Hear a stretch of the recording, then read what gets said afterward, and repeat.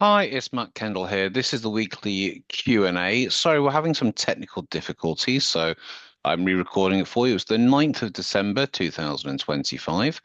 So, like I say, this is a re-record of the questions, and we're going to go through them now. Sorry, let me just bring them up for you.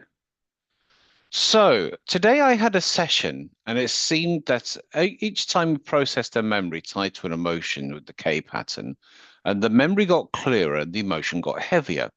What would you do when this happens? I did the eye movements a second time, and then a different emotion came up. We worked on next, and the same thing would happen with the next memory, clearer and heavier.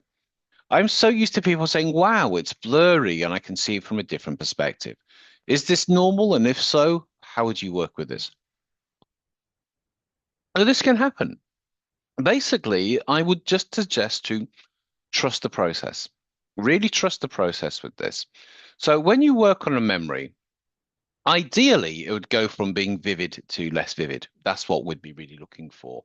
However, if it goes from vivid, well, vivid to even clearer, and the emotion becomes heavier, sometimes that's because we're going back to these memories that people haven't thought about for a long time, and they're seeing them for afresh, and they're learning a lot about these memories. So if the emotion becomes heavier, it's again, IEMT is an exploration. So an exploration of the problem about what's going on and the things that we can then begin to sort of do about it. It's not a solution.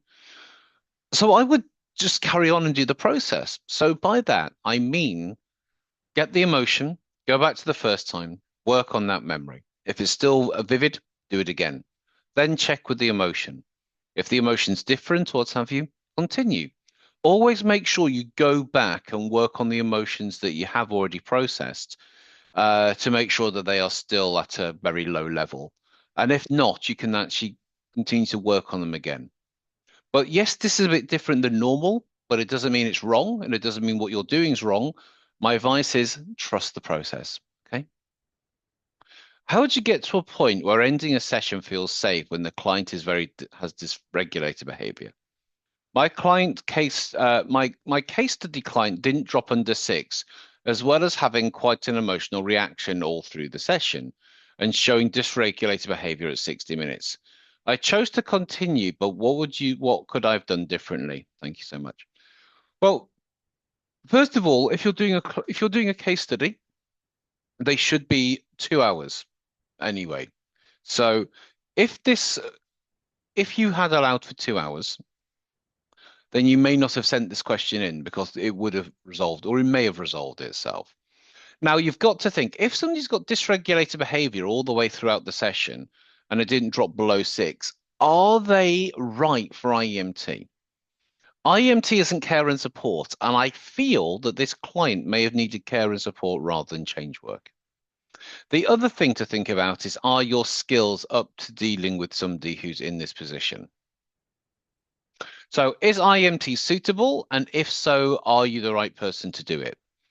Now, I used to do hypnosis, and at the end of hypnosis, the thing is, it's like hypnotize them, get them feeling great, lots of colors, lots of feeling, ooh, take on the world.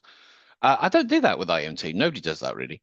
And sometimes at the end of a session, a client might be quite sad, then could be quite happy, quite relieved, like they've put down a massive emotional weight, but they can feel quite bad. It's all to do with how they're feeling the next day, 3 days later, and the next week. So IMT can be emotional. It can be quite painful in that sense, but it's to do with the long-term relief. So you really have to assess, is this person suitable for IEMT, first of all?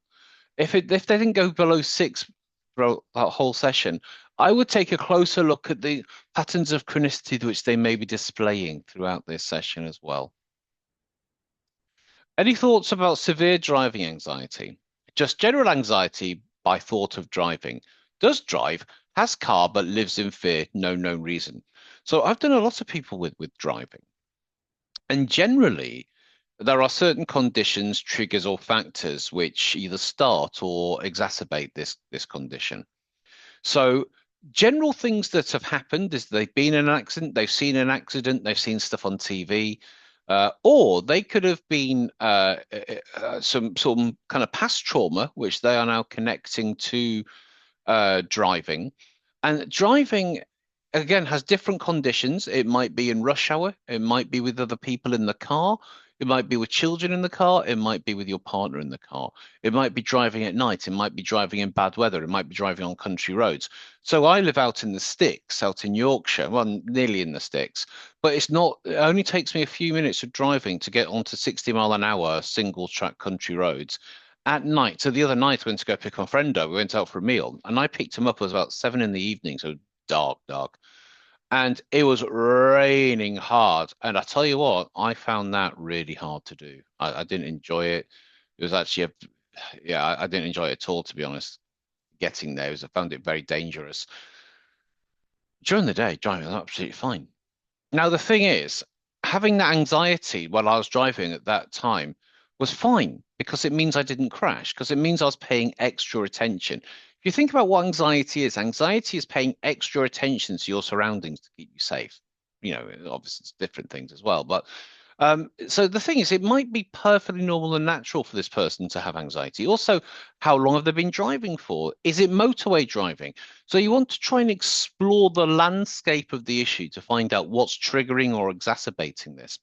Now, if there isn't anything, do the three pillars. If it's generalized anxiety over driving, do the three pillars. That's where I would start. After then, I would start to explore the different parts of driving. And then you're saying at the moment, the thought of driving, they live in fear. Well, you've got two things there. Okay. How often do you run the trainings? I do usually the last weekend of every month, starting in January of next year. Is IEMT suitable for people with ADHD? It can be. It depends on what the problem is and the skill of the practitioner and their expertise in ADHD. I don't have any expertise in ADHD. However, I've met a lot of people who have, and a lot of people who have ADHD who say it's been very successful for them. So that's a very big, wide open question that's very hard to answer because ADHD is quite a big umbrella kind of term. It has lots of symptoms, have lots of different things, and IEMT it has lots of different things within it. So it's like trying to hit a missile with a missile kind of thing. So I don't know. It's kind of quite hard to sort of answer that, but it can be. It can be. Yeah. I have no previous therapy experience and I'm wanting to get into IEMT. What would what kind of people could I work with?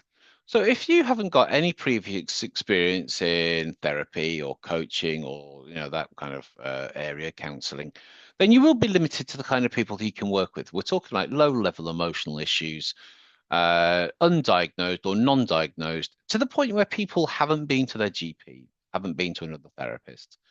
Um, and we do have like contraindications about things that you can and can't work with. And so I would say to start up on very kind of low level kind of things as you begin to build your experience and build your skill set. Um, but I know people who haven't got any other experience, just do IEMT and have worked with a good wide range of clients. Now, I would always suggest as well, IEMT is not an endpoint, it's something which you continue. So you can continue doing the advanced IEMT, but also I suggest to go wide as well and do other therapies, do other trainings, maybe look at CBT, maybe look at counseling to improve your overall therapeutic skill set. Can I watch you doing full sessions? Yes, I do have some full sessions online. They're not going to be available publicly. They will be in a vault, basically, but you will be able to get access to them. And I will be making those available in the near future. All right, well, thank you very much. And sorry about this problem that we've had this. I will look into it. I don't know what it is, so I can't. I will see you next week.